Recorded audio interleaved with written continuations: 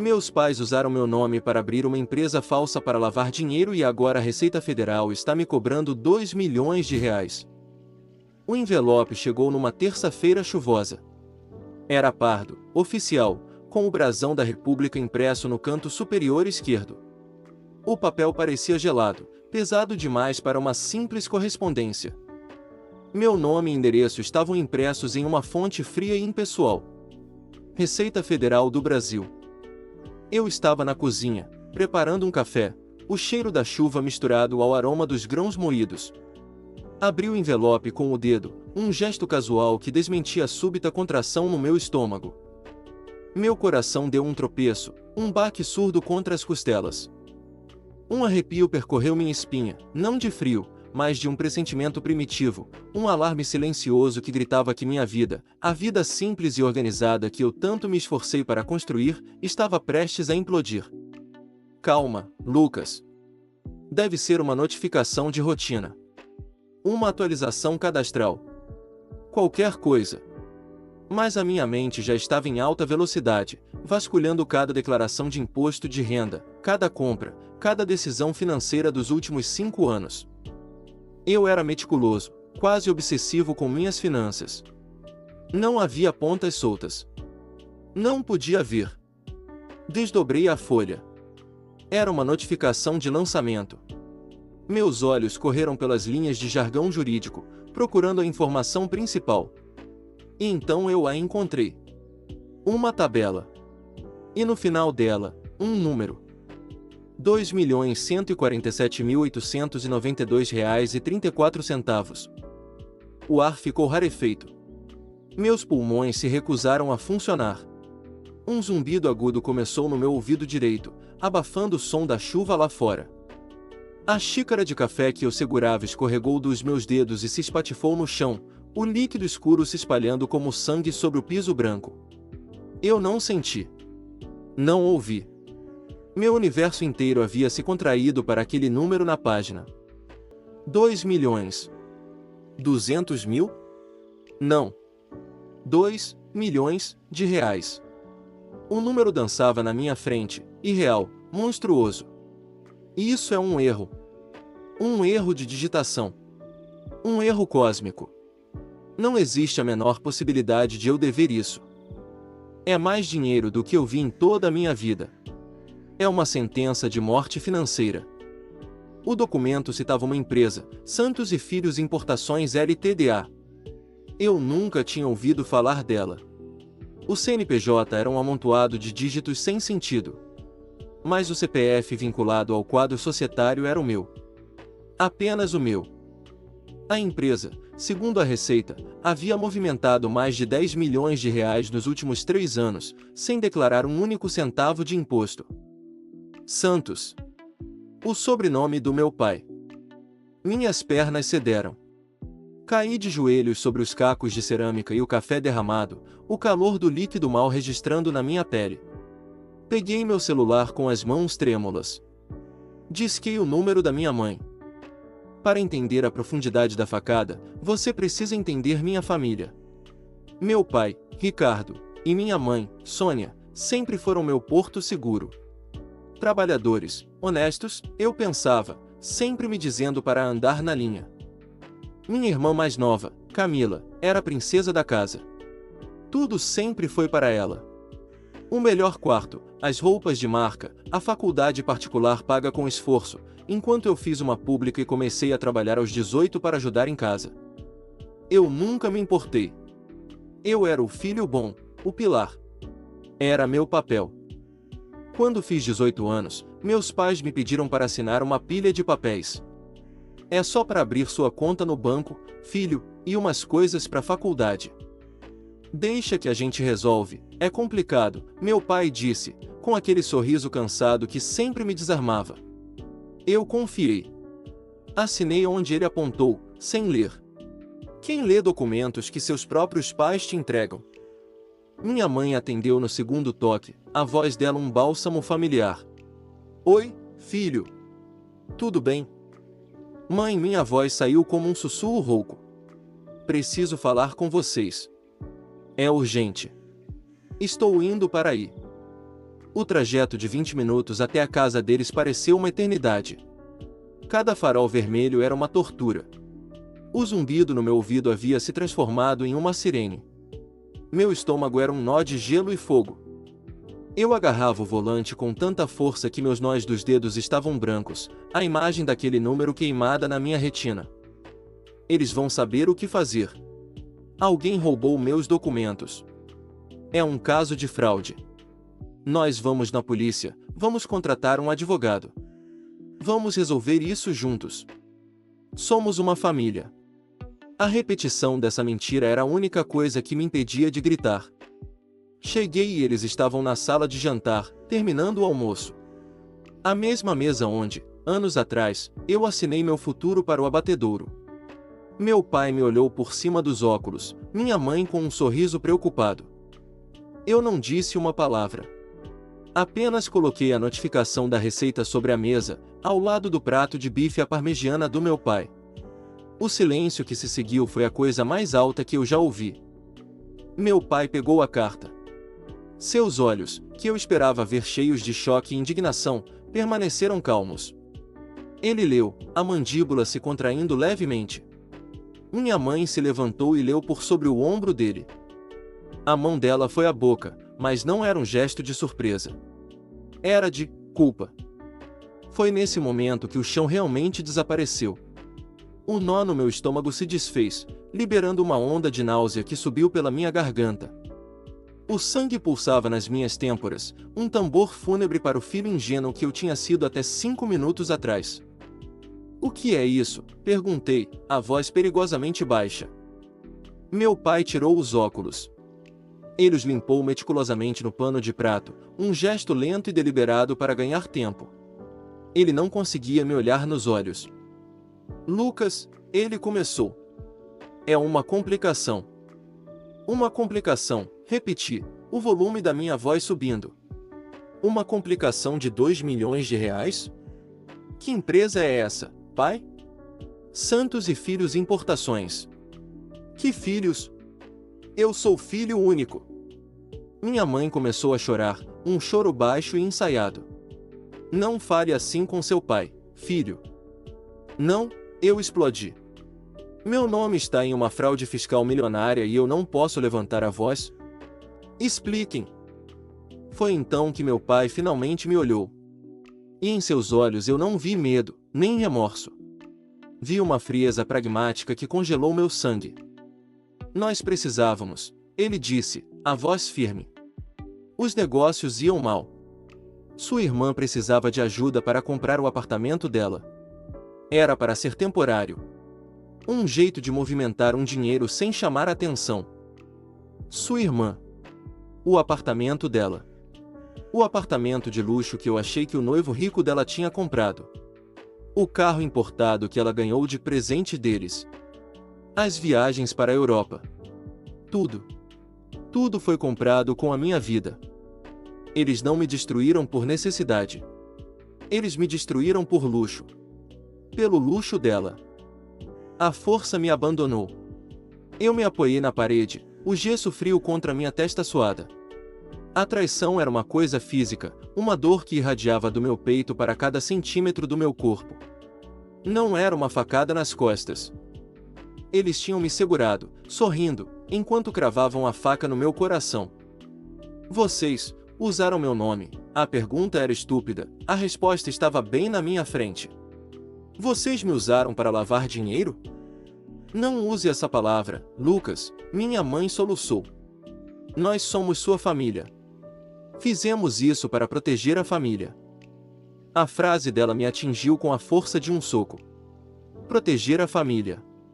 Eu olhei para eles, o homem e a mulher que me criaram, e pela primeira vez na vida, eu os vi de verdade. Não como pais, mas como estranhos. Estranhos que me sacrificaram no altar da preferência deles pela minha irmã. Eu não era a família.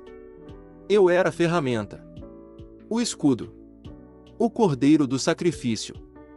Eu me endireitei, a dor se solidificando em algo duro e frio. Fúria. Uma fúria tão pura e clara que limpou toda a minha confusão e desespero. Peguei a carta da mesa. Meus dedos, antes trêmulos, agora estavam firmes. Vocês têm 24 horas, eu disse, a voz irreconhecível, desprovida de qualquer emoção. 24 horas para colocar o nome de um advogado criminalista na minha mão. Um que seja pago por vocês. E para transferir para minha conta R$100.000 para as custas iniciais e para eu me manter enquanto resolvo a merda que vocês criaram. Meu pai se levantou. Você não está em posição de exigir nada, moleque. Legalmente, a empresa é sua. Eu ri. Um som seco e sem alegria que ecoou na sala silenciosa. Vocês estão certos. A empresa é minha. O que significa que todos os registros, todos os extratos bancários, todos os e-mails e todas as transações, também são meus. E eu vou entregar cada pedaço de papel para a Receita Federal e para a Polícia Federal. Vou mostrar a eles exatamente para onde o dinheiro foi. Adivinhem em qual porta eles vão bater depois. O rosto do meu pai ficou pálido. Minha mãe parou de chorar. O medo, finalmente, apareceu nos olhos deles. Eu me virei e caminhei até a porta. Com a mão na maçaneta, eu parei e olhei para trás. Ah, e mais uma coisa, eu disse, saboreando cada palavra. Eu quero o apartamento da Camila. O título de propriedade. No meu nome. Afinal, fui eu que paguei por ele. As 24 horas se passaram no silêncio mais ensurdecedor da minha vida. Não houve advogado. Não houve transferência. A única comunicação que recebi foi uma chamada furiosa da minha irmã, Camila, às 8 da manhã do dia seguinte. Atendi o telefone e fui recebido por um grito agudo. Você enlouqueceu? Quer tirar o meu apartamento? O apartamento que o papai e a mamãe me deram com tanto sacrifício. Uma calma gélida se instalou em mim. A adrenalina da fúria havia passado, substituída por uma clareza de propósito que era quase assustadora. Meu coração batia num ritmo lento e constante. Eu não sentia mais dor, apenas um distanciamento cirúrgico. Sacrifício. Que palavra interessante. O sacrifício dela foi escolher a cor do mármore da cozinha. O meu foi ter meu nome e meu futuro amarrados a uma bomba relógio fiscal. A audácia dela é quase admirável. Eles não criaram apenas uma filha mimada, criaram uma cúmplice que se sente a vítima. Seu apartamento, respondi, a voz desprovida de emoção. Camila, cada tijolo daquele lugar foi comprado com um dinheiro sujo, lavado através de uma empresa criminosa que está no meu nome. Legalmente, aquele apartamento é fruto de um crime que eu sou acusado de cometer. Então, sim, eu o quero. Considere uma pequena indenização pelo risco de eu passar os próximos 10 anos na cadeia. Ela gaguejou, ultrajada. Você não pode fazer isso. Somos uma família. Mamãe está passando mal por sua causa. Diga a ela para não se preocupar, eu disse. A comida da prisão não é tão ruim, pelo que ouvi dizer. E vocês três terão muito tempo para serem uma família juntos. E desliguei. Aquele telefonema foi a confirmação final. Eles não iriam cooperar. Eles iriam tentar me intimidar, me culpar, me transformar no monstro da história. Eles subestimaram uma coisa: a pessoa que eles criaram para ser o pilar silencioso e obediente havia morrido naquela sala de jantar. Em seu lugar, havia um homem com as costas contra a parede e nada a perder. Usei o pouco de economias que tinha para marcar uma consulta com o melhor advogado tributarista e criminal da cidade, Dr. Arantes. Um homem de cabelos grisalhos e olhos que pareciam ver através de concreto. Coloquei a notificação da Receita na mesa polida de seu escritório. Ele a leu em silêncio, a expressão impassível. Então, ele me olhou por cima dos óculos de aro fino. Senhor Santos, esta é a ponta de um iceberg muito, muito feio. Estamos falando de sonegação fiscal qualificada, falsidade ideológica e, dependendo da origem do dinheiro, lavagem de capitais. São crimes federais. A pena, somada, pode facilmente ultrapassar uma década de reclusão. Cada palavra dele era um prego no meu caixão. O ar-condicionado do escritório parecia ter congelado o suor na minha nuca. Senti um tremor involuntário na minha mão e a fechei em punho para pará-lo. Uma década. Eu poderia ter 40 anos quando saísse da prisão. Perderia minha carreira, meus amigos, minha vida. Tudo por um apartamento de luxo e umas viagens para a Europa. A dimensão da traição deles continuava a se expandir, tornando-se um buraco negro que ameaçava engolir tudo. Eu não fiz nada, sussurrei. Foram eles. Provar isso será nossa batalha, disse Dr. Arantes. A empresa está no seu nome. Sua assinatura está nos documentos de abertura. O ônus da prova recairá sobre nós. Precisamos de algo concreto.